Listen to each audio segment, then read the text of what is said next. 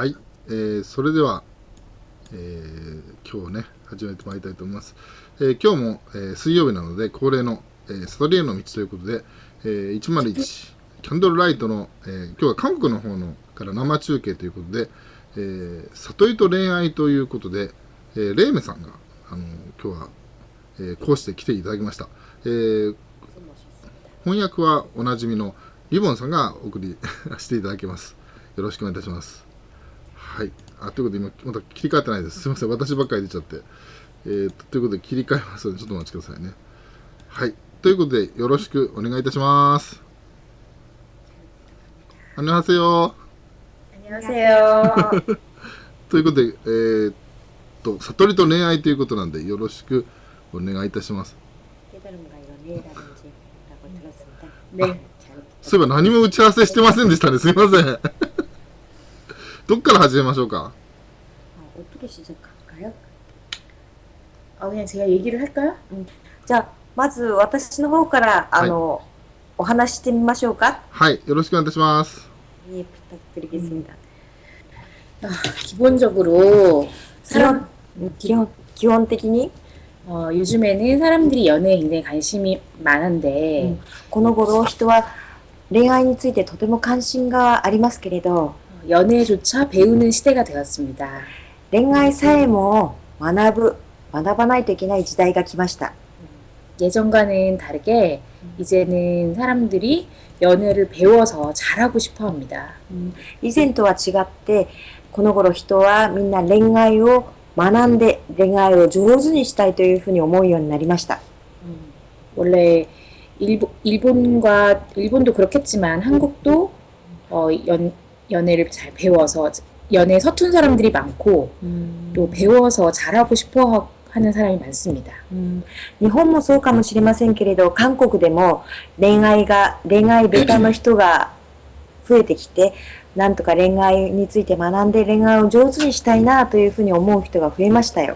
네. 그런데 시중에 나와 있는 연애 지침서들은 너무나 유혹하는 법이라던가 또는 테크닉에 집중한 그야말로 근본적인 도움이 되지 않는 그런 서적들만 많이 나와 있어요. でも一般市場、書店に売られている本にはどんなものがあるかっていうと、どうやったら相手を誘惑できるか、それとも恋愛のテクニックはこんなものがあるというふうなものには触れていないようです. 남자와 여자는 그런 지침서를 보면 남자의 어떤 특징이라던가 여자와의 특징을 너무나 막 다르게 설명하는 경우가 많은데 남자든 여자든 일단 인간이고요. 그 다음에 사랑은 내가 행복해지려고 하는 것입니다. そういった本を見ると、男について、また女について、こういった特性があり、こんなところが男女では違うんだっていうことを集中的に取り上げていますが、でも男も女もまず人間です。それから愛と愛するというのはお互いに幸せになりたくて愛を交わし合うんですよね。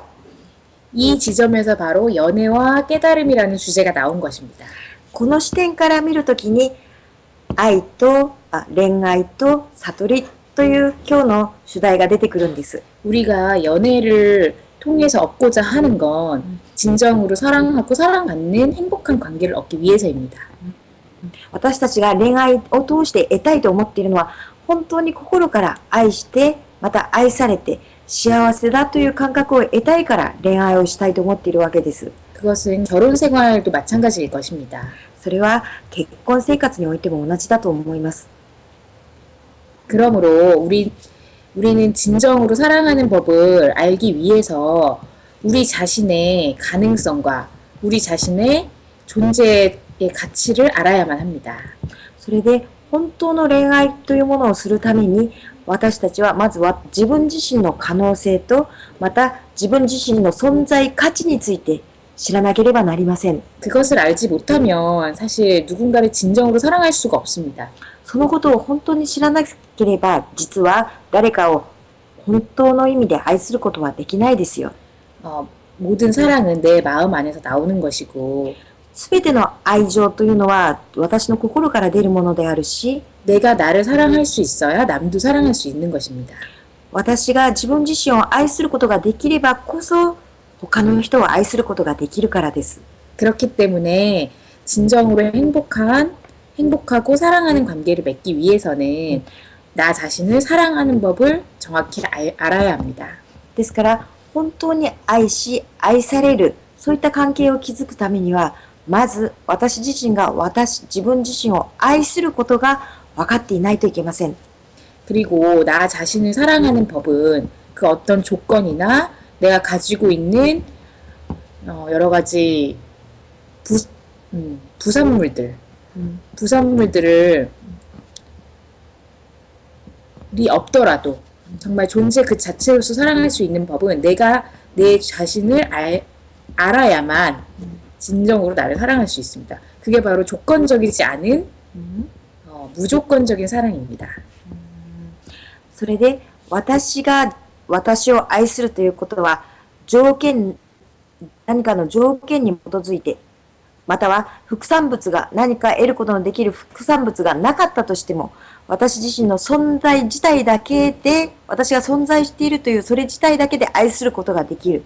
すなわち自分の中に何の条件もなく無条件で愛することができるということをしないといけません。そのためには自分の本当の価値がわからないといけないでしょ。 전 세계적으로 유행하고 있는 이마고 대화법이라는 게 있어요. 今全世界的に流行しているimago 대화법. imago対話法というのがあります。 이제 부부 관계에서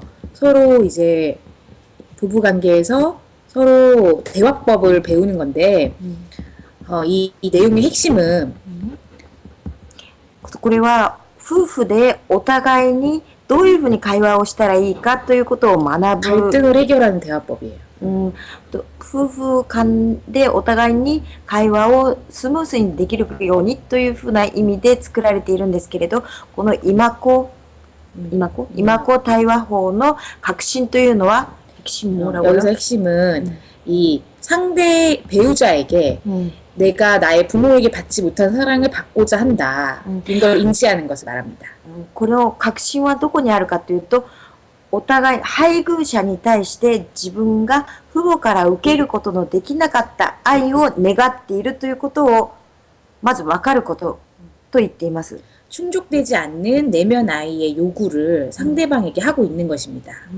充足できずにいる私の中のインナーチャイルドのその欲望を相手から配偶者から満たしてほしいというふうに願っているということなんです。 그리고 서로 대화할 때 그 사람 입장에서는 충분히 그렇게 느낄 수 있다고 인정해주는 테크닉을 씁니다. そしてお互いに話すときに十分に相手はそういうことを願っているんだなというふうに分かることができる、分からせることのできる、そういった対話法だというふうに言われています。 제가 이 얘기를 한 이유는 이렇듯이 나는 내 마음의 반영을, 그다음에 내 마음의 풍경을 상대방에게 투사하고 있다는 것입니다. 私がこの話をしたわけは、このように私の心の中の繁栄、または私の中の心のこの風景を相手に照らし合わせているということを私は知らず知らずのうちにしているんです。 그러나 이제 깨달음을 추구하는 우리는 한 단계 더 나아갈 수 있습니다. でも悟りを追求している私たちはもう一段上のことを目指すことができますよ。 내가 원하는 것은 私が願っているのは 오직 나 자신만이 나에게 완벽히 충족시켜 줄 수 있습니다.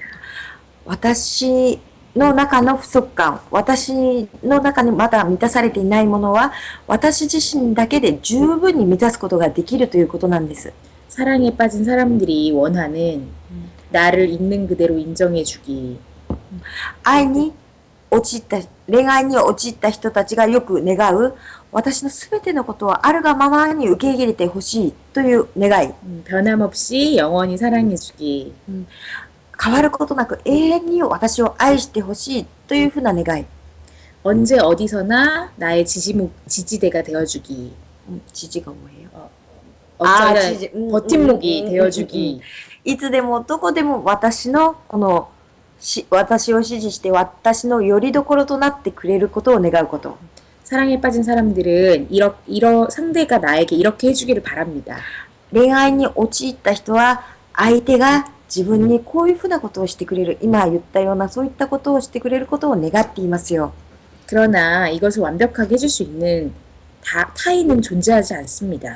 でも今言ったような内容を完全にしてくれることのできる他人はいませんよ。 오직 나만이 나에게 이렇게 해줄 수가 있습니다. ただ私だけが自分自身にこういうふうにすることができます。 자기 자신이 충족된 사람이 사랑을 하면 다시요. 자기 자신이 충족된 사람이 사랑을 하면 自分自身が十分に満たされて充足された人が恋愛をすれば 부족함을 채워야 되는 사랑이 아니기 때문에 不足感を満たさないといけない恋愛ではないので 그야말로 있는 그대로 상대를 인정해주고 나의 사랑을 마음껏 펼칠 수가 있습니다. 言葉通り、文字通り本当に相手をそのままに受け入れることができ、また自分の中の内面を思うがままに表現する、繰り広げることができる恋愛ができるんです。 잃을 것을 두려워하지 않고 마음껏 주고 사랑하는 것입니다. なくすことを恐れることなく、思うがままに与えて受け取ることのできる、そういった関係を作ることができるというわけです。 레스터 레븐스는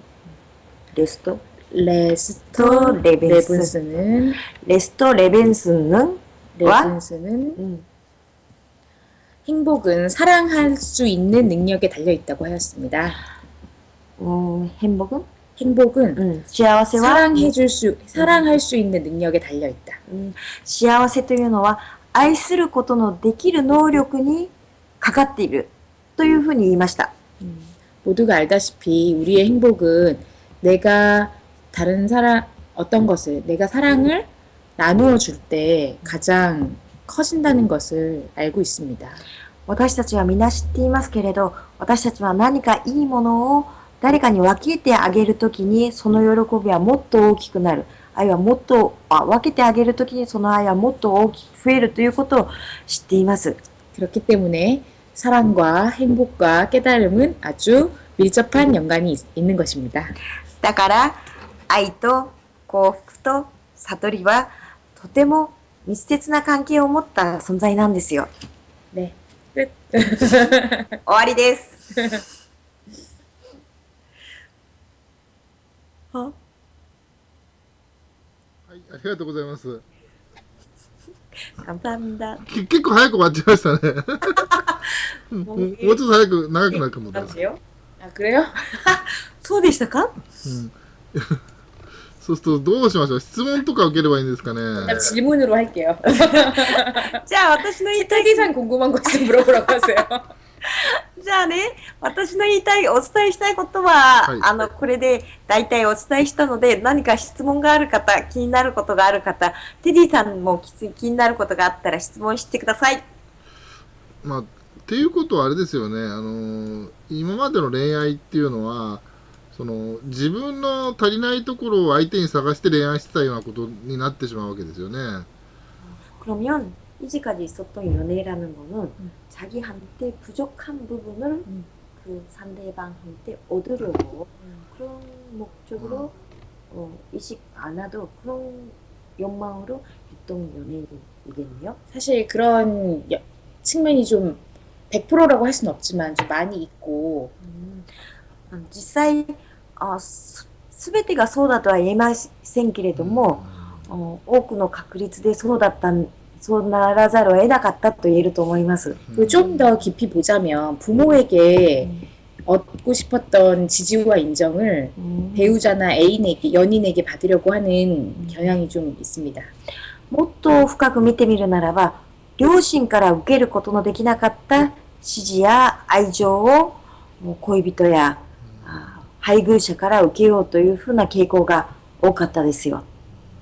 그리고 좀 더 얘기를 하자면 それからもう少しお話しするなら、 사람들이 연애나 사랑에 있어서 착각하는 몇 가지 명제들이 있습니다. 착각한다고? 착각하는 연애에 대해서? 연애의 명제. ああ、免税。でもね、人はね、恋愛の命題として、いくつか錯覚している部分、錯覚していることがあるんです。 운명적인 사랑, 運命的な、 운명적인 사랑은 運命的な愛。 만나는 것이 아니라 運命的な、 나타나는 것이다.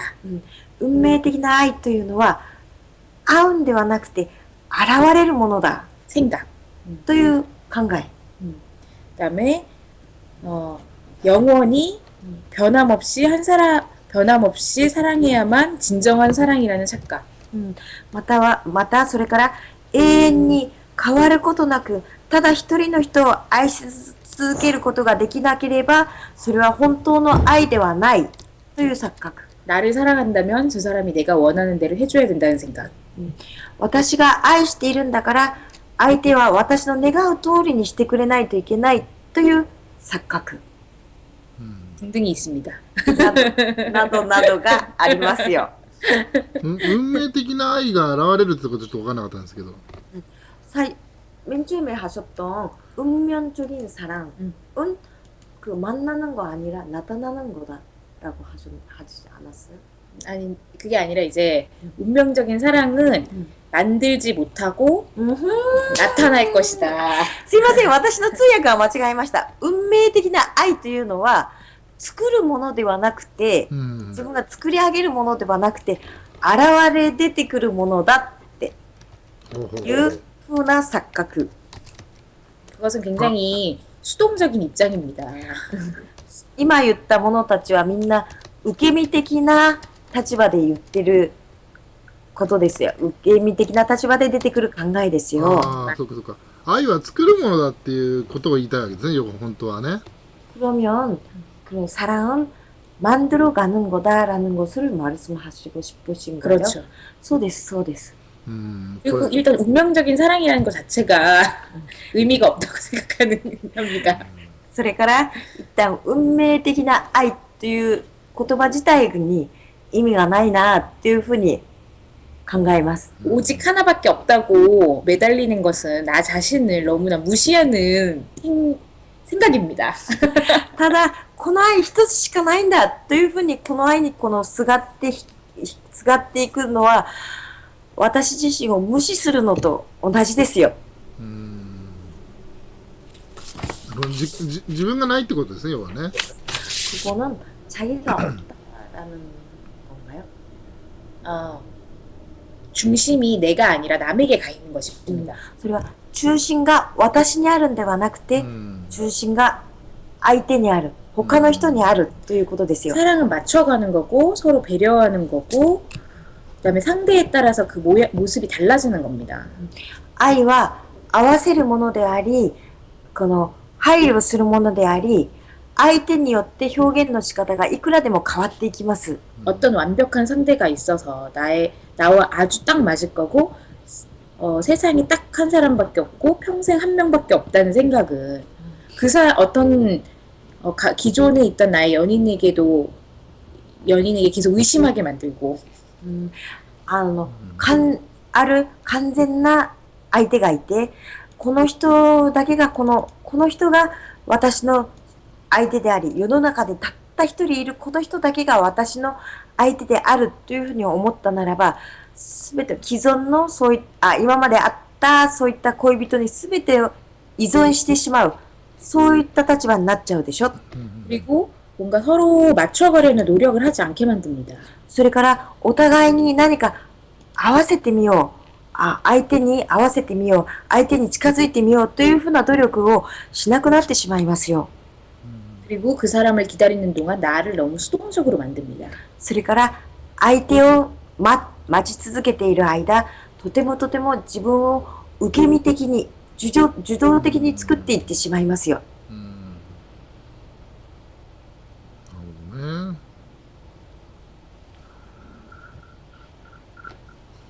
그리고 또 얘기하자면 それからもう一つお話ししようとすると、 이제 이거는 연애적인 테크닉입니다. 恋愛テクニック。これは恋愛におけるテクニックなんですけどね。 이제 내가 행복해지는 비결은 私が幸せになる秘訣は 나의 생각을 있는 그대로의 현실과 일치시키는 것입니다. 一応、나의 생각을 내 생각을 私の考えを 있는 그대로의 현실과 あるがままの現実と 일치시키는 것입니다. 一致させることです。 예를 들어 설명하겠습니다. 例を挙げて話してみますよ。 사랑에 빠진 연인이 있는데 恋愛に陥った恋人同士がいるんですけれど、 남자친구가 전날 술을 많이 마시고 여자친구에게 오랫동안 술을 많이 마시고 여자친구에게 전화를 하지 않았습니다. ある男の人が前の日とってもお酒をたくさん飲んでしまって、その日女の人に電話をしませんでしたよ、恋人に。 있는 그대로의 현실은 그냥 남자친구가 전화를 안 하는 건데 대부분의 여성들은 이런 상황에서 그 남자가 나한테 관심이 없다, 그가 나를 사랑하지 않는다 에서 결국 다른 여자를 만날 수도 있다까지 생각을 발전시킵니다. あるがままの現実というのはただ一晩男の人が女の人に電話をしなかったということだけがあるがままの現実なのに、ほとんどの女の人は電話が一晩来なかったということによって、電話がその日来なかったということを通して、あの男の人は私に関心がない、愛してくれていないんだということからもっと発展して、おそらく他の女の人を愛しているんだというところまで考えを発展させていってしまいますよ。 이게 바로 생각과 현실이 일치되지 않는 것입니다. これがまさに現実と考えが一致していないということですよ。 현실은 그저 남자친구가 전화를 하지 않았다, 그것뿐입니다. 現実はただ男がその女の人に電話をしなかったということだけです。 우리가 이렇게 내 생각과 현실을 일치시키는 법을 배워 나간다면 훨씬 더 행복한 연애를 할 수 있을 것입니다. 私たちがこのように現実と考えを一致していく練習をずっと続けていけば、もっともっと幸福な恋愛をすることができると思いますよ。 그야말로 불필요한 에너지 소모를 줄이는 것입니다. それこそが不必要なエネルギーを少なくする。不必要なエネルギーを投入しないということですよ。確かに確かに。確かに不必要なエネルギーね出し続けてるともったいないですよね。 진짜 좀 불필요한 에너지를 소비한다는 거는 좀 아깝네요. あと質問とかちょっと来てますけどどうしようかな。もうちょっと話しますか。 조금 또 말씀하실래요? 아니면 질문 조금씩 올라와 있는데 질문에 대답하시겠습니까? 그러면 조금만 더 얘기할게요. 자, もう少しだけお話してもいいですか? はい あれどっかで動いた？ちょっと待って。私の方そっち？ちょっと待ってください。私が今スピリチュアル。はい。はいあ、そうですね。そう。はい。そうです。ミュートかなんか音止めてもらえば大丈夫なんです。はい。はいありがとうござい 여기 ます 오신 분들이 워낙 깨달음에 관심이 많으시니까 거기에 대한 조언을 해드리려고 합니다. 今ここに来てくださって、この画像を見てくださっている方は、悟りについての関心も多い方だと思いますので、それについてのこのアドバイスというか助言になればと思いましてお話しさせていただきます。 연애에 있어서도 내가 나 자신을 사랑할 줄 알아야 다른 사람도 사랑할 수 있듯이 깨달음에서도 마찬가지입니다. 恋愛においても私が自分を愛することができてこそ他人を愛することができるように、悟りにおいても同じなんです。 깨달음은 어떤 자격증을 따는 것이 아닙니다. 悟りというのは何か資格を得るものでは、ライセンスを得るものではないですよ。 그래서 사람들이 헷갈리는 것입니다. それだからこそ人は混乱してしまうんです。 깨달음은 내가 나 자신에게 집중해 주는 것이고 悟りとは私自身が私に集中してあげることであり、 방향을 항상 나에게로 돌리는 것입니다. 方向をいつも私に向けるということなんです。 그렇기 때문에 깨달음을 원한다면 ですから、悟りを願うなら、 내가 왜 깨닫고 싶어 하는가에 대한 질문을 스스로에게 해보는 것이 처음이자 끝입니다. なぜ私は悟りたいと思っているのだろうかという質問を自分に向けることこそが始めであり終わりです。 명예나 돈, 자존심 또는 내가 만들어낸 어떤 규정보다도 名誉や自尊心、またはお金、またはある私が作り上げた規定よりも 내 자신이 소중하다는 것을 진짜 알게 되는 용기와 결심이 깨달음입니다. 私自身の方がもっと大事なんだというふうなことがわかる勇気や決心こそが悟りです。 우리는 알고 있습니다. 이 돈과 내가 가지고 있는 물건들 또는 나를 규정하는 것들이 내가 아님을 누구나 알고 있습니다. 私たちはお金や物質、または私が何か規定していることが私ではないということを当然のこととして知っています。 흔히들 사실 착각하는 경우가 많이 있는데 よく錯覚している場合があるんですけれど、 내가 내 자신을 위해서 돈을 벌겠다. 私は自分のためにお金を稼ぐぞ。 내 자신을 위해서 자존심을 세워주겠다. 私は自分自身のために自尊心を立てるんだ。 라는 생각을 하면서 자기 자신을 사랑하는 자기사랑이라고 생각하기 쉽습니다. というふうに考えながら、これこそが私がしている自分への愛だというふうに錯覚することがありますよ。 돈이나 자존심 그리고 내가 이러해야만 한다는 설정은 お金や自尊心、または私はこうしなければならないというふうな規定、 내가 아니라 내가 만든 것일 뿐입니다. それらは皆私ではなくて私が作ったものにしか過ぎません。 나에게 붙어있는 것이지 내가 아닙니다. 私にくっついているものであって私自身ではないですよ。 그렇기 때문에 나를 진정으로 사랑하는 것은 가장 근본적으로 내가 나 자신에게 원하는 것을 해주는 것입니다. ですから根本的に私が自分自身を愛するということの根本的なことは、私が本当に願っていることを自分にしてあげるということです。 방송을 듣는 여러분들도 지금 이 순간 내가 나에게 가장 듣고 싶은 말이 무엇인가를 떠올려 보세요. 放送を聞いていらっしゃる皆さんも、今この瞬間、自分が一番聞きたい言葉はどんなことだろうかと思い浮かべてみてください。 그리고 그 말을 눈을 감고 스스로에게 해주세요.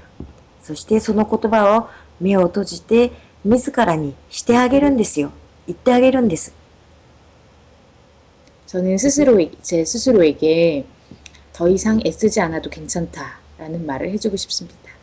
私は目を閉じて、もうこれ以上気を使わなくてもいいんだよという言葉を私自身に言ってあげたいです。 저는 굉장히 성실히 사는 사람이거든요. 私は実はとっても誠実に生きている人間なので。 됐습니다. 끝. 終わりました。はい。ありがとうございます。ということで、じゃあ、質問の方でしょうかね。行ってみたいと思うんですけどね。はい。ですね。よいしょ。はい。チョコリンコさん。自分自身で満たされて、すべての人に愛を与えられるようになるのでしょうか。自分自身で満たされたら、すべての人を愛することができるんでしょうかってことですかね。すべての人に愛を与えられるようになるっていう質問なんですけど。ありました、ありました。ありますかね。はい。チョコリンコに、자기 자신、あれでは、その中からたった一人の人を選ぶときの基準は何ですか。特定の相手が必要ではなくなる気がするのですか? 자기가 완전히 준만 되고 부족함 없어지면 모든 사람들에게 사랑을 줄 수 있게 된다. 그렇다면 모든 사람 그 중에서 한 명을 택할 때의 기준은 무엇일까요? 특정한 상대이 필요 없어질 것 같다고 생각하는데요. 그렇지 않습니다. 얘기하세요. そうではないです. 왜냐면 이 세상에 남자와 여자가 있고 실질적으로 사랑이 있지 않습니까? なぜかっていうと、この世の中には男と女がいて、남자가 있고 여자가 있고, 실질적으로 사랑하는 사람들이 있지 않느냐? 있지 않습니까? 이성 간의 사랑을 하는 사람들이 있지 않습니까? どうしてかっていうとね、この世の中には男がいて、女がいて、実際本当に異性を愛している、このある特定の異性を愛している人たちがいるじゃないですか。 우리는 그것을 경험하러 온 것입니다. 私たちはそのことを経験しにここに来たんですよ。 모든 이에게 다 사랑이 똑같다는 것은 인간성을 배제한 얘기입니다. すべての人同じ、모든 사람에게 똑같은 사랑을 준다는 것은 すべての人に同じように愛を与えるというのは 모든 인간은 깨달은 인간이든 깨닫지 못한 인간이든 기호와 좋아하는 것이 있는 법입니다. すべての人にはね、その人が悟った人であろうとも悟ってない人であろうとも、すべての人には好みがあるじゃないですか。好みもあるし、もうなんていうんですかね、この合う合わないっていうのがあるじゃないですか。 그러므로 걱정 안 하셔도 됩니다. ですからその基準は何だとか、特定の相手が必要ではなくなるような気がするというふうな心配はなさらなくてもいいと思います。 오히려 그 이성 간의 사랑을 더 편안하게 자기 자신을 서로에게 서로를 발전시키면서 성장시키면서 편안하고 행복하게 해 나갈 수 있는 것입니다. むしろその異性との愛というのはもっと楽に自分を見れるようになり、それから自分の자기를 볼 수 있게 되고, 아니 이제 이성 간의 사랑을 오히려 깨닫게 된다면, 자, 異性間の恋愛 자기가 충만하게 된다면, じゃあ異性間の恋愛というのは自分が十分に満たされてからその異性間の恋愛ということをするなら、 이성과의 사랑이 더 편안하고, その異性間の恋愛はもっと楽に気持ちを楽にすることができるし、 행복하고 幸福になることができるし、 서로 성장하면서 잘할 수 있게 되는 것입니다. お互いに成長しながらその恋愛をしていくことができるようになりますよ。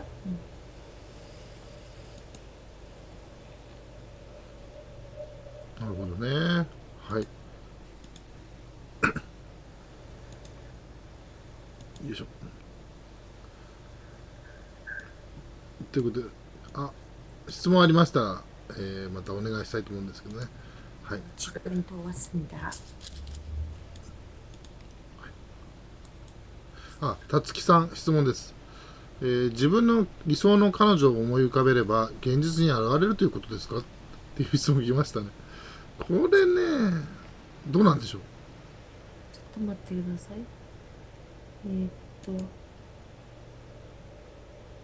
一番最後の、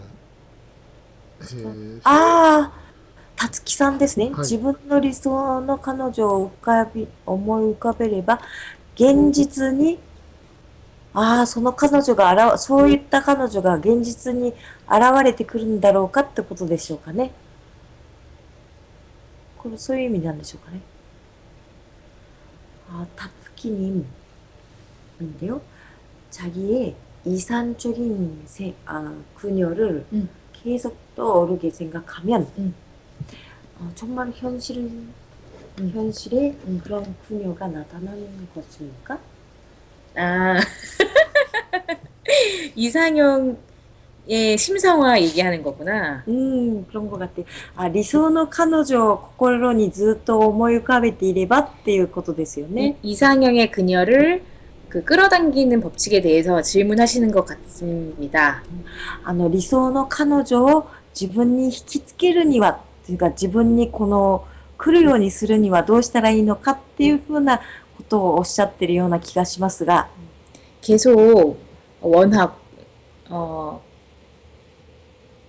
확신을 가지고 원하고, ずーっとね、確信を持って願っていれば、 그리고 이미 가진 듯한 기쁨을 느끼고, すで 이미 に、얻은 듯한 기쁨을 느끼고, すでにそういった彼女をもう得た、自分のは得たというふうな喜びを感じながらいれば、 그녀와의 사랑으로 인해서 얻을 수 있는 그 기쁨을 미리 내가 느낀다면, その彼女との間に味わうことのできる愛や喜びを前もってすでに自分が感じ続けていけば、 얼마든지 현실에 이상형의 그녀를 끌어당길 수 있습니다. いくらでも現実の世界でそういった彼女をこの自分のように引きつけることができますよ。 왜냐하면 마음이 물질보다 먼저이기 때문입니다. なぜなら心というのは物質よりも先にあるからですよ。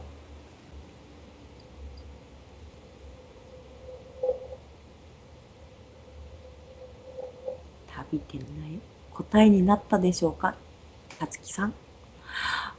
나츠키님 대단합니다. 감사합니다. 아, 그래요? 제가 너무 질문에 짧게 대답하세요. 말이 많지 않은 타입인가? 私がね、質問にとってもなんか淡白に短く答えてるようですね。もともと私は言葉が多い人間ではないものですから。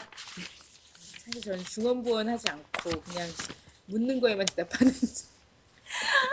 もともと私はね、いろいろ形容しなくて、聞かれた内容にだけパッパッと答えるスタイルなんです。たつきにも鳩もやになる。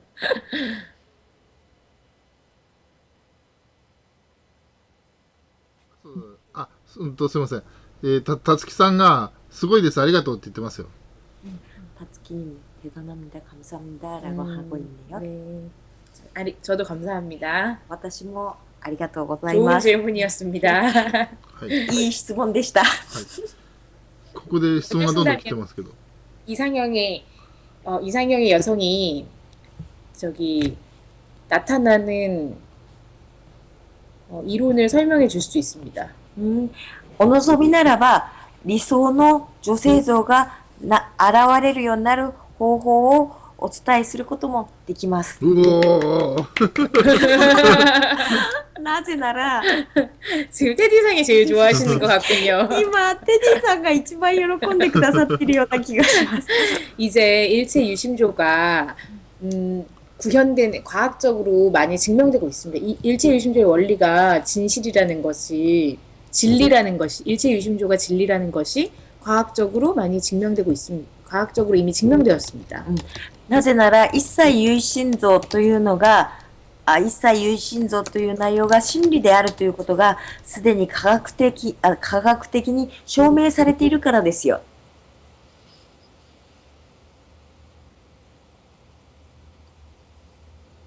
はい。なるほど。つまり、自分の意識を使えば、理想の相手も引き寄せられるよってことですね、要は。 그렇다면 자기 의식을 쓰면 그런 이산적인 상태도 자기한테 끌어당길 수 있다라는 말씀이죠? 당연히 그렇습니다. 当然そうですよね。答えは結構簡単だったのかな。 답은 아주 간단한 곳에 있었던 거네요. 뭐라고요? 그게 무슨 말이에요? それが答えだっていうふうに。 테디상의 결혼 비법 지금? 그렇다고.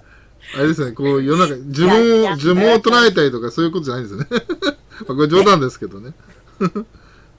무슨 말씀인지 저도 못 알아요. 毎日こうなんかそのイメージをして朝こうねこういう女性が来ますようにとかこういう相手が来ますようにとかってやなくてもいいんですね。 그러면 매일 아침마다 이미지를 자기가 만들어서 이런 여성을 하면 좋겠다라든가 그런 식으로는 안 해도 되는 거네요. 그렇게 한다고 절대 되지 않을 것입니다. そういうふうに毎朝イメージを作ったところでね、絶対それは現実には引き寄せられてはきませんよ、そういった女性は。そうですか。うん。大体あれですね、一回ポンと覚えば来ますよね。一回ポンと思えば一回ファッと思えば、まあ、有心臓でできる人っていうのは、こう、思えばできますよね、こう、ほって思えば。 일제 유신조라는 것을 일제 유신조라는 것을 실현화할 수 있는 사람은 한번 그렇게 해보고 원하며 거의 다 그거 현실로서 자기한테 끌어당길 수 있겠네요. 모두 해보지 않은 사람 누구나 다 할 수 있습니다. 해보지 않은 사람들 일제 유신조 아니 그러니까 이 말은 이제 일주일을 한번 해본 사람은 뭐든지 다 할 수 있다는 얘기예요? 응, 모든 것을 그렇죠. 당연히 할 수 있죠. そうですよね。当然そういうふうにできますよ。 과학적인 설명을 원하냐고 물어봐 주세요. 과학적인 설명을 원하십니까? 科学的な説明をお望みですかって。科学的な説明あるんですか？それはちょっと面白いそうですね。 과학적인 설명 그거 재미있겠네요. 알았어요. 그럼 해줄게요. 왜냐면 이제 우리 양자 물리학에서 じゃあね、これはね、量子物理学で 기존에 뉴턴의 세계관이 많이 뒤집혔습니다. 今まであったニュートンの物理学、物理学の世界っていうのはたくさんひっくり返されましたよ。 에너지가 물질임이 밝혀진 겁니다. エネルギーが物質だということをすでに明らかにしたんですよ。 이제 우리 아 원자 단위에서 보면 아 원자. 아 원자? 아가 뭐예요? 아原子. 되게 더 작은 이거는 물리학 용어인데.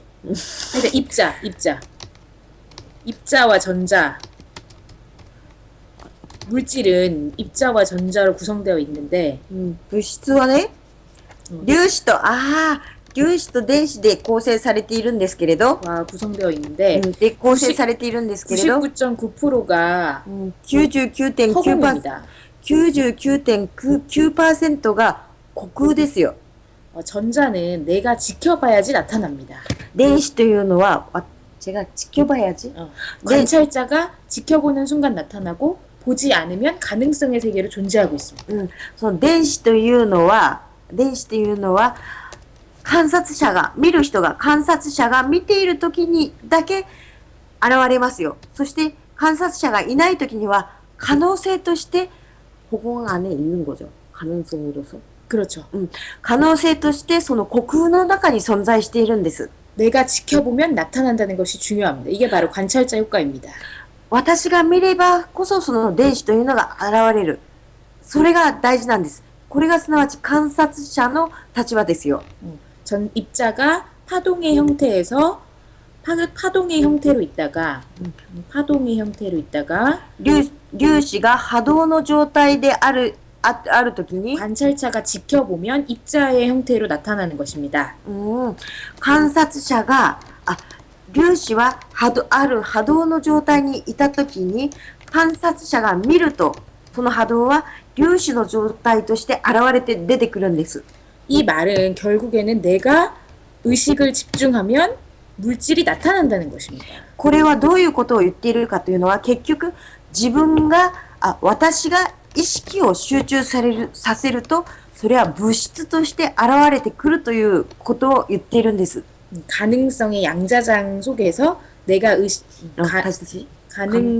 무한한 가능성이 있는 無限の可能性がある 양자장이 있고 量子上がありますよ。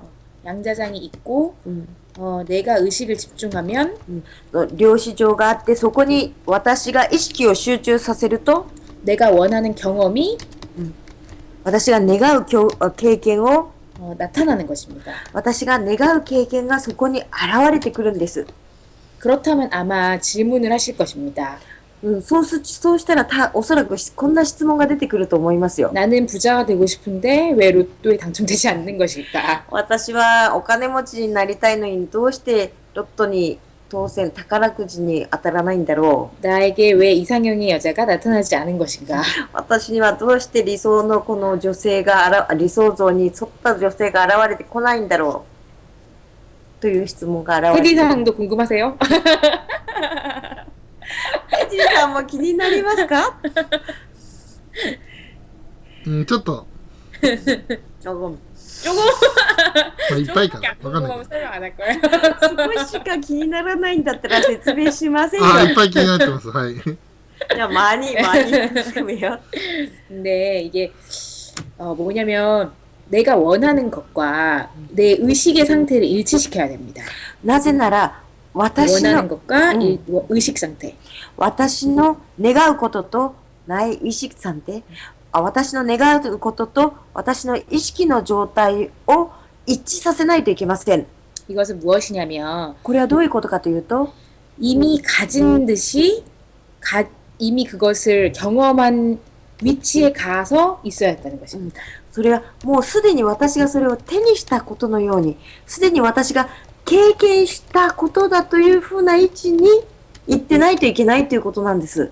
가장 중요한 원리는 동기상감입니다. 동기, 같은 기운이 서로 감응한다는 것입니다. 一番大事な原理というのは、 서로 감응한다. 같은 기운이 서로 감응한다. 같은 기운이 서로 감응한다. 감은 뭐예요? 이렇게. 同じ気をお互いに感じるということなんです。 그렇기 때문에 내가 어떤 것을 원한다면 이미 그것을 가진 듯이 기뻐하고 이미 그것을 가진 것처럼 느껴야 하는 것입니다.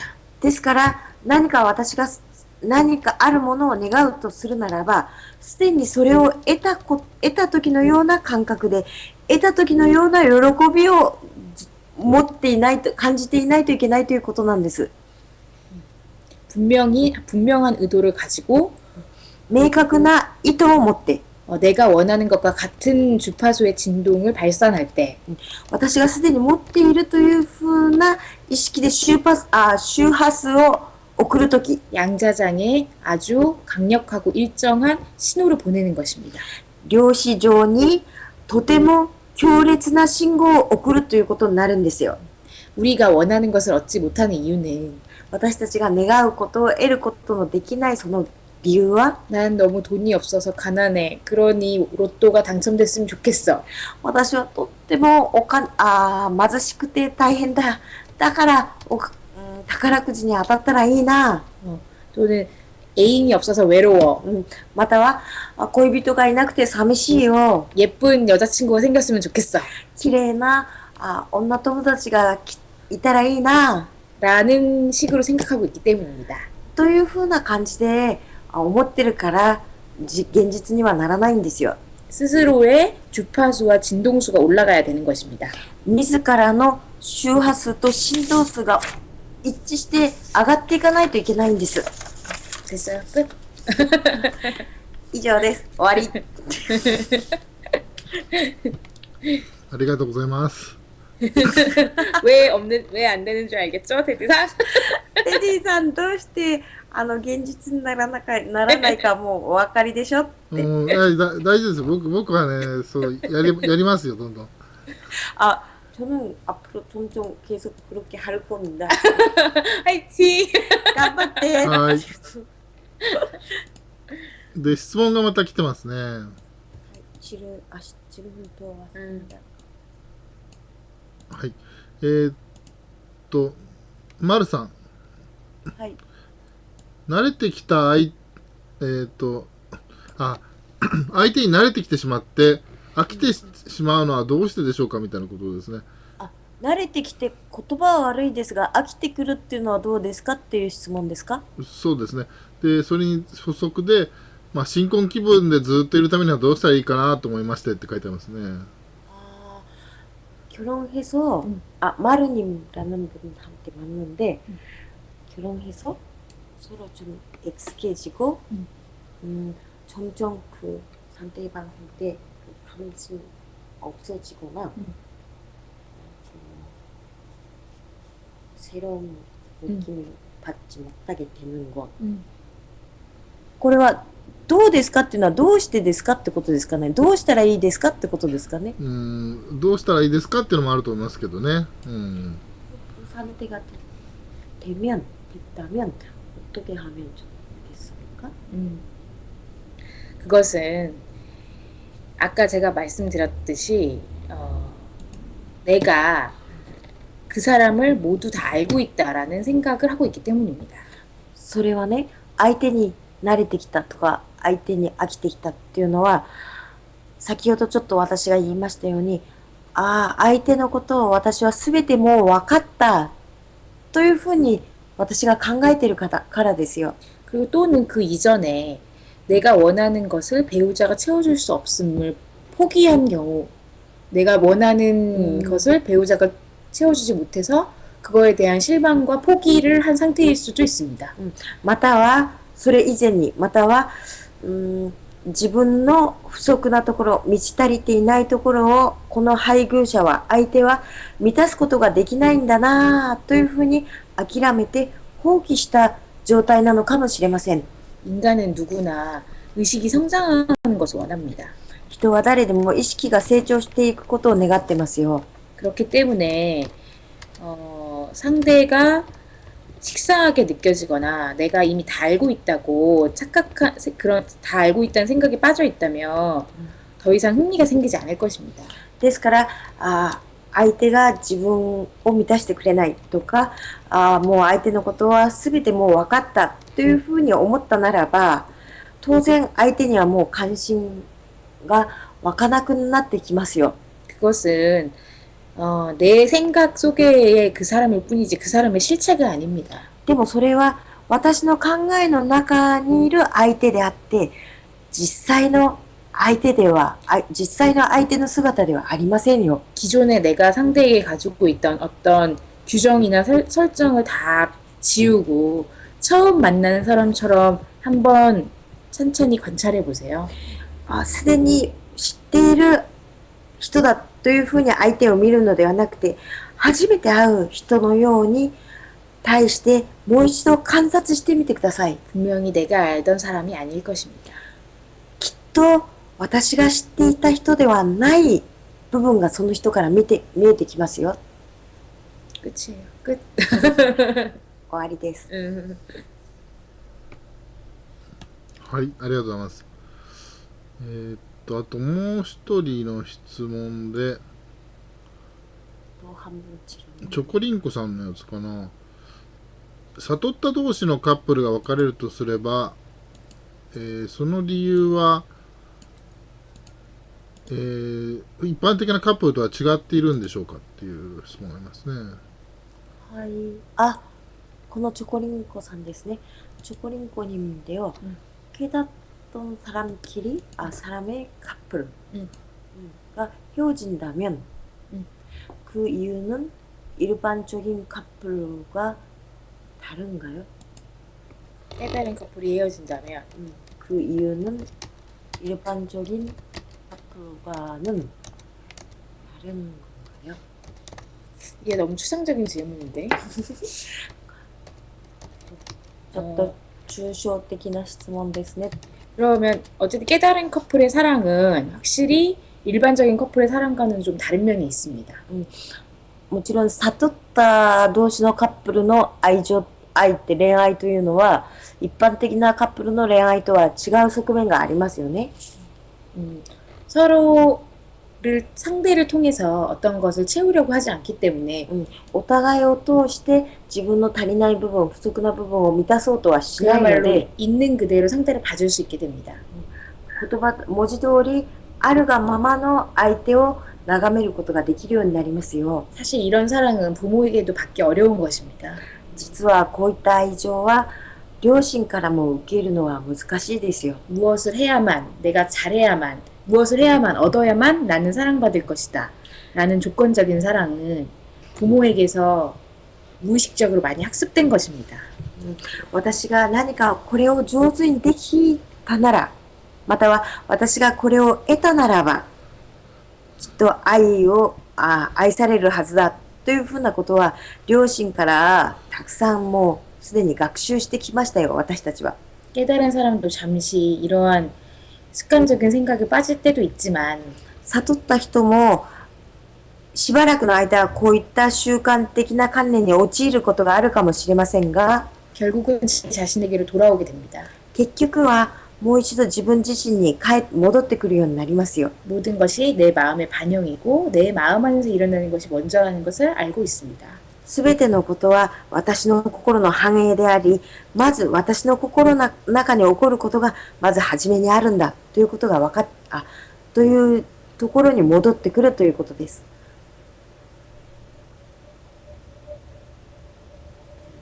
그래서 결국 좋지도 않은데 어떤 의무나 다른 사람의 눈치 때문에 억지로 관계를 유지하는 건 잘 하지 않는 것 같습니다.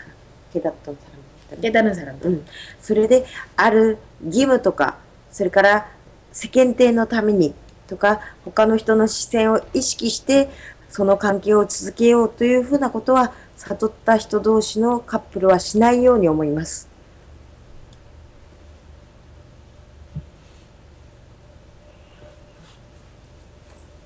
なるほどね。うん、まあ結構日本でも仮面夫婦とかいらっしゃいますよね。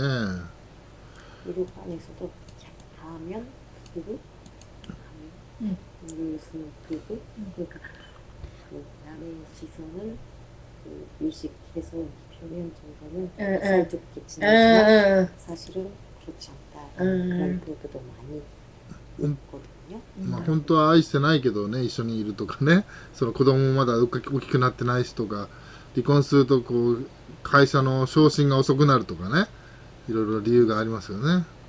사실은 사랑하지는 않지만 애가 아직 어리기 때문에 아니면 얘가 회사 승진이 늦어지니까 라는 그런 이유로 같이 사는 그런 부부들도 있어요. そういうのはないってことですよね。 사실 그렇게 사는 것도 괜찮은데 세상에는 그 어떤 것도 문제될 것이 없습니다. 그렇게 살아도 되는데 중요한 건 그 사람이 내가 그걸 원해서 한다는 걸 인식하고 불행해하지 않으면 되는 겁니다. 実際もう子供が幼いからとか会社の昇進に関わるからとか思われて、そういうふうに一緒に生きていかれることも構わないことですよ。それでもいいと思います。もうこの世の中にはこういう形があってはいけないというものはありませんから。ただそういう形で仮面夫婦のように過ごしていたとしても、それに引っかかることなく、それによって不幸になることなく自分が対処していけるのであれば、何の問題もないと思います。そうかそうか。不幸でなければいいんだ、それも。そうか。 불행하지 않으면 괜찮은 거예요. 그럼요. 모든 자기 자신을 힘들게 하는 게 제일 나쁜 겁니다. そうですよ。そうかそうか。とにかくどんなことであっても自分自身を苦しめる、自分自身を辛くさせるっていうのが一番悪いことです。たとえ仮面夫婦であったとしても、それを通して自分が辛くない、苦しめないのならば、それをいう関係も構わないですよ。なるほどね。はい。ありがとうございます。そっかそっか。 그렇군요. 감사합니다. あと、まあ、ちょっとそうですね。あと質問は大体これで終わっちゃったんですけどね。はい。 이제 질문 다 지금 대답해 주셨는데요. あとそうですね。愛を長続きさせる方法でちょっと、これ合ってるかどうかわかんないんですけど、僕キリスト教のね牧師さんが言った言葉でちょっと面白い言葉があるなと思って、それをずっと頭の中に残ったことがあって、愛とはね、愛すると決めることですよっていう言葉があったんですよ。 사랑하는 상태를 그런 상황을 오래 계속 하기 위해서 어떻게 하면 좋은지 생각해봤는데요. 그 기독교 목사님께서 이런 말씀을 하셨던 게 생각이 났습니다. 愛とは愛するっていうふうに決めちゃうことだっておっしゃったんですね。そう愛すると決めることっていう。 그거는 상대방을 사랑하겠다라고 결정하는 것이다 라는 말씀을 하셨어요. 그게 또 몰랐어요. まあある種設定だから決めれば確かに愛するって続くかもしれないですよね。 그거는 어떤 일종의 설정이기 때문에 자기가 사랑하겠다라고 설정하면 계속 사랑할 수 있을지도 모르겠네요. 그렇죠. 사랑은 자기 마음 안에 있는 거기 때문에 내가 사랑하겠다고 결정하면 사랑하는 것입니다. そうですよね。愛っては自分の心の中にあるものですから、私の心が、もう愛するというふうに設定したならば、もうずっと愛し続けるでしょうね。 그렇지만 원치 않는 걸 할 필요는 없습니다. でも、願わないことを、願ってはいないことをする必要はないですよ。 항상 그 누구도 나에게 원치 않는 걸 강요할 수는 없습니다. この世の中の誰であっても、私が願わないことを強要することはできないですよ。願ってするのはいいけど願いじゃないものをするのはちょっと問題だよってことですね。なるほどね。 괜찮지만 원하지도 않은데 그렇게 억지로. 억지로 하는 거는 문제가 된다라는 그렇죠. 말씀. そうですね。 무엇을 위해서 그렇게 할 것입니까? 何のためにそんなにわざわざ自分を心をそういうふうに決めてやるんですか？何のために？ね、自分を縛るのはいけないですね。 그러네. 자기를 속박하는 거는 안 되는 거네요. すごい無駄ですね。 그 다음에 테디상이 좋은 질문을 하셔가지고 제가 얘기를 좀 더 하겠습니다. それからテディさんがいい質問をしてくださったので私がもう少しお話ししようと思います。 관계를 잘 유지하는, 사랑하는 관계를 잘 유지하는 법에 대해서 얘기를 좀 할게요. 愛する関係をうまく維持させる、よく維持させるためについてのことをお話ししようと思います。 상대를 있는 그대로 인정해 주는 것입니다. 相手をあるがまま、そのまま認めてあげるということです。 나의 견해, 나의 선입견을 내려놓고 상대를 있는 그대로 바라보는 것입니다. 私の見解、私の先入観というものを下に置いて、相手をあるがままに見つめて、あるがままに受け入れるということです。 그리고 상대를 소유할 수 있다는 착각을 버리는 것이 중요합니다. それから相手を所有することができるという錯覚を捨てるというのが大事です。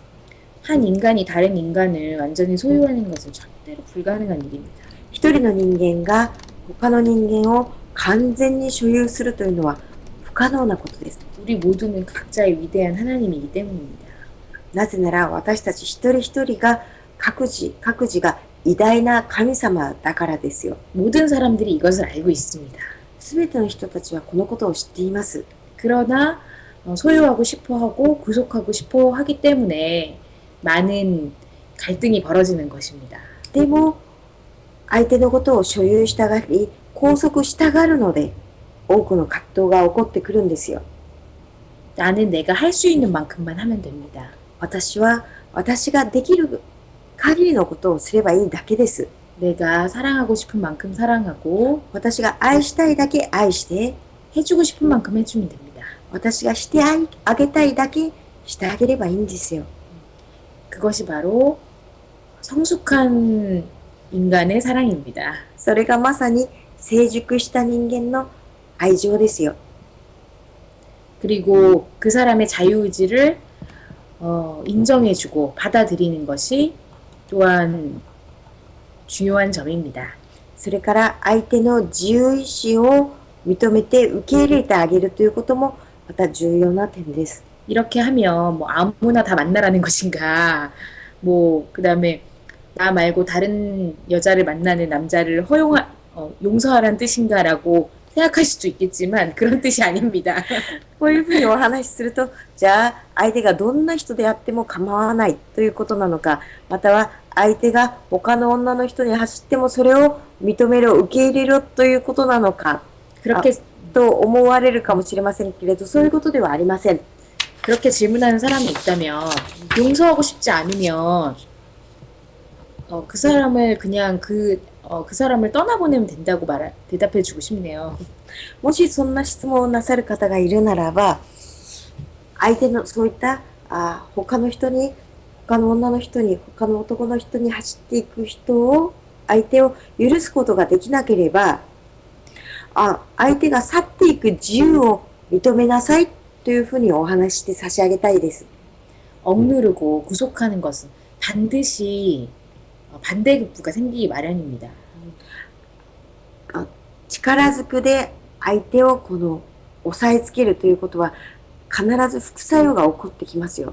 상대의 선택을 존중한다는 것은 굉장한 믿음이 필요한 일이고요. また相手の選択を尊重してあげるというのはとてもとても強い信頼が必要ですよ。 조금 더 근본적으로 들어가자면 もう少し根本的に入っていくなら、 사랑하는 사람이 나를 떠나도 나의 존재 가치가 훼손되거나 내가 사랑할 수 있는 능력이 없어지는 것이 아닙니다. 愛する人が私を離れていったとしても、私の存在価値が欠如したわけでもないし、私の愛する能力がなくなったというわけではありません。 나 자신의 가치는 그런 식으로 측량할 수 있는 것이 아닙니다. 私自身の価値というのはそういったことで侵害されるものではありません。 그 어떤 상황에서도 오롯 온전하고 どういった状態でも私というものの価値は完全であり、 그 어떤 것을 해도 훼손되지 않습니다. どんなものを通しても害されたり、 侵害されたりはしません。 그러니까 안심하셔도 됩니다. ですから安心なさっていいですよ。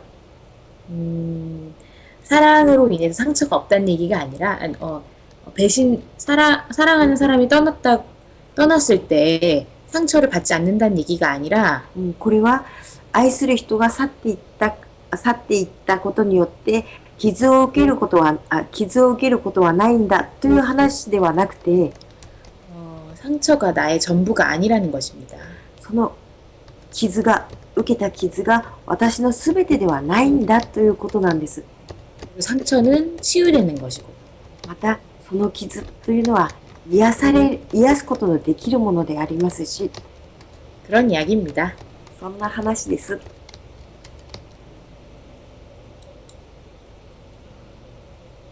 はい、ありがとうございます。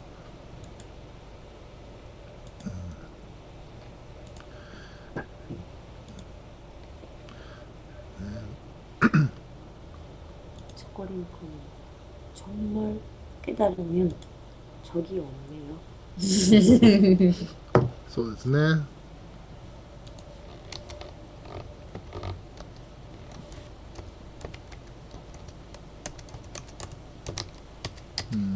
愛すると決めることは設定なんで、宇宙の法則としては有効なんだけど、縛られちゃいますよね、確かにね。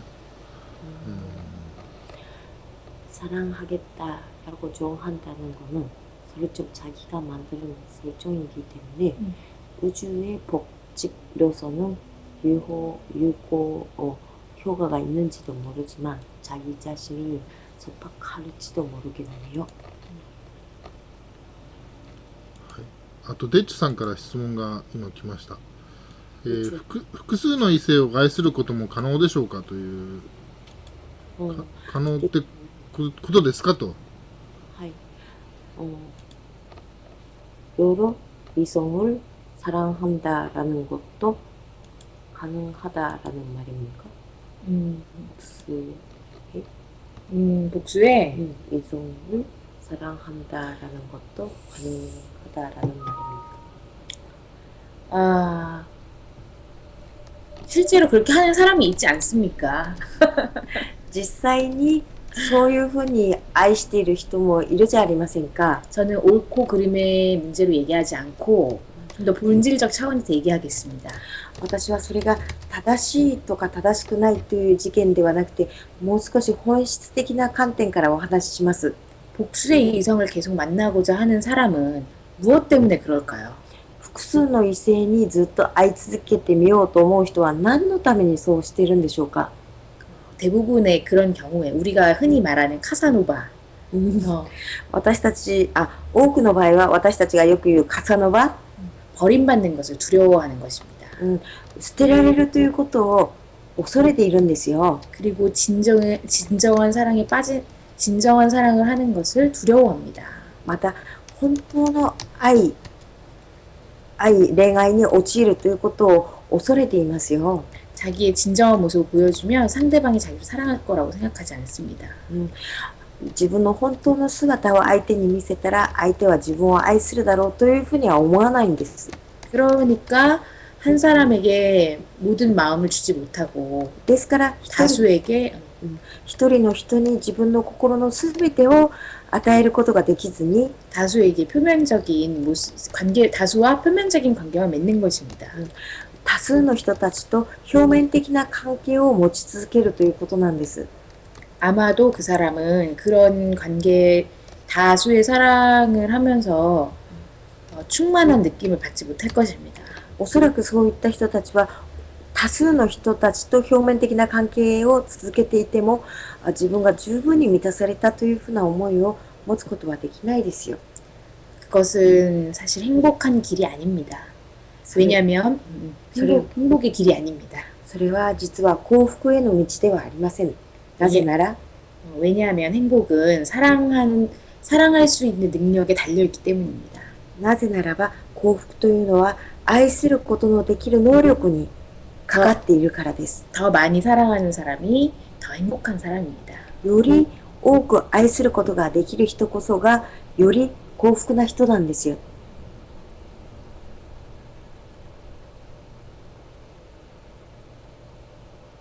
より多くを愛する人と愛する人が幸福な人っていうのはより多く愛する人がより幸福な人なんですよ。より多く愛するとは自分を愛する相手を愛する 보다 많이 사랑하는 사람이 보다 행복한 사람이라고 지금 하셨잖아요. 그 보다 많이 사랑하는 사람이라는 거는 보다 자기를 더 사랑하는 사람이라는 뜻입니까? 더 많이. 그렇죠. 나와 남을 동시에 얘기하는 것입니다. それは私をより深く愛するということと他人をもより深く愛するということを同時に言いました。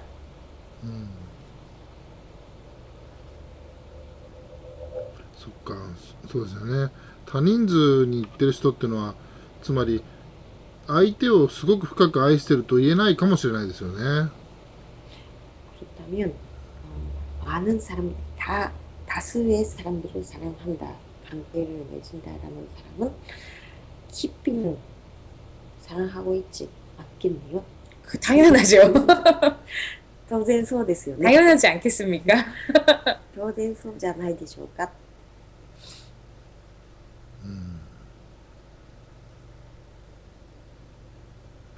秀樹さんの意見が来てます。恋愛感情は自分の欲を満たしたいので自分も相手も不自由になることが多いですが、愛は完全な許しですから誰でも不自由になることはないですねって書いてありますね。 희대기님은 연애 감정은 자기의 욕망을 준속시키고 싶기 때문에 자기도 상대도 부자유스럽게 될 때가 많습니다만 사랑은 완전한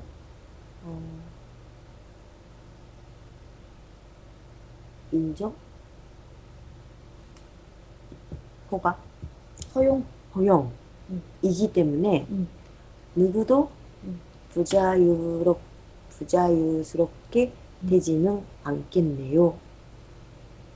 뭐라고요? 다시 말해주세요.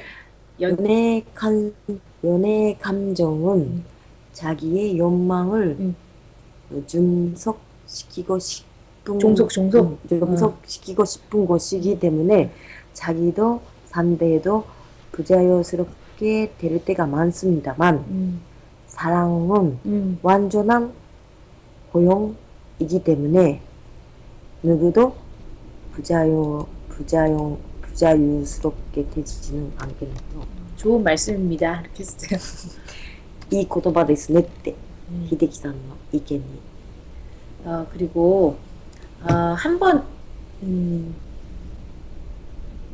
그렇게 향해 나아가면 서로 종속하고 싶은 마음이 드는 것이 당연할 수도 있습니다. でも、それからね、恋愛感情を持つ人たちはお互いに自分の欲望を満たしたいというふうに思うのも当然だというふうにも見えます。 왜냐면 실질적으로 내가 느끼기에 그 사람의 사랑은 한정되어 있고 다른 곳으로 새어나가지 않고 나에게만 주기를 바라는 마음이 당연히 있을 수 있습니다. なぜなら私の場合もそうですけれども、相手を見て相手のその愛が自分にだけ注がれたらいいっていうふうな思いも当然出てくる時もありますよ。 우리는 이제 우리가 진정한 사랑을 하는 방법을 배웠기 때문에 그쪽으로 나아가면 됩니다. 私たちはすでに私우리는 私たちは 이제 진정으로 사랑하는 법을 배웠으므로 그쪽으로 향해서 나아가면 됩니다. 私たちは本当の意味で愛するという方法を学んだので、その方向に進んでいけばいいだけです。 상대방의 사랑을 나만이 가지고 싶어하는 것은 相手の愛を自分だけが受けたいと、自分だけのものにしたいと思うのは 그것이 없으면 내가 너무나 부족해진다는 생각에 기반해서 나오는 것이고 それはその愛がなければ私がとても不足な存在になってしまうという考えが基本的にあるからであって、 그리고 그것은 내가 가진 잠재성과 나 자신의 큰 사랑을 아직 인식하지 못해서 그렇습니다. それは私の持っている創造性や私の持つより大きい愛ということをまだ知らずにいるからそういった思いになるんですよ。 그래서 저는 당신이 이해가 됩니다. それで私は、そう思っていらっしゃる方を理解することができますよ。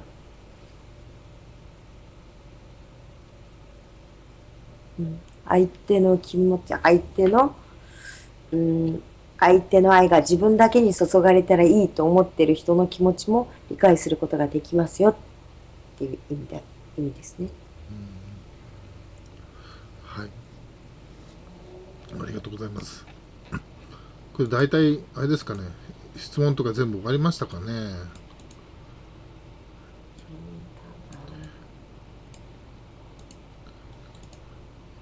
とりあえずは来てないようなんですけど、大体これでこの悟りと恋愛について終わったのかな。まだなんか喋りたいこととかございますかね。 이제 깨달음과 연애에 대해서 말씀하셨나요? 네. 또 말씀하시고 싶은 게 있으시나요? 아까 제가 질문을 드렸듯이 先ほど私が質問しましたように 내가 왜 깨닫고 싶어 하는가라는 질문이 가장 중요합니다. 私がなぜ悟りたいと思っているのかという質問が一番大事です。 내가 나 자신에게 진솔하게 왜 원하는지를 물어보고 그 대답을 들어보아야 합니다. なぜ私は悟りを得たいと思っているのか真剣に真実に自分自身に聞いてみてそしてその答えを得ないといけません。得るべきです。 깨달음이 나에게 행복을 주는 것이 아니라 내가 나에게 행복을 줄 수 있습니다. 그렇게 되면 悟りが私に幸福をくれるのではなくて、私が私に幸福をあげることができるんです。なぜ私が悟りたいのかという答えを私から得ることができるならば、 그렇게 되면 깨달음은 자연스럽게 찾아오게 됩니다. そういうふうな状態になれば悟りが自然と私の方に来ますよ。 그게 바로 깨달음이 다른 자격증과 다르다는 뜻입니다. それがまさに 다른 방식입니다. それがまさに悟りというのは何かの資格、ライセンスではないんだというふうなに申し上げたさっきの内容になるんです。 그러므로 이 방송을 듣고 계신 모든 분들이 스스로에게 한번 물어보세요. ですからこの放送をご覧になってくださっている皆さん、一度自分自身に自らに聞いてみてください。 너는 지금 가장 나에게 듣고 싶은 말이 무엇인가? 君は 내가 지금 듣고 싶은 말이 가장 듣고 싶은 말은 무엇인가? 私が今一番聞きたいと思っている言葉は何なんだろうか。聞いてみてください。 그리고 그 말을 해주세요. それからその言葉を自分に言ってあげてください。 내면이 아주 기쁘고 충만해질 것입니다. おそらく内面がとても嬉しくて、また満たされると思いますよ。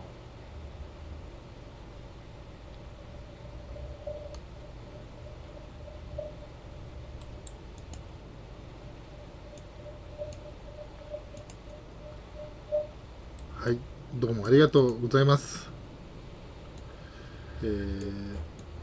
約1時間半にわたりましてね、長い時間どうもありがとうございました。 한 시간 반 수고 많이 해주셨습니다. 감사합니다. 아리가또 고자이마스. ありがとうございます。 2回目だということでね、どうもありがとうございます。2回目なんですよね、本当はね、今回ね。 두 번째 여기 나와주셨네요. 네. ありがとうございます。 인기 패널이네요. 또 불러주세요. 人気パネラーになれるでしょうか。また呼んでくださいねっそうですて。ね。はい。何度も呼びたいと思います。ありがとうございます。 몇 번나 올려드리고 싶어요.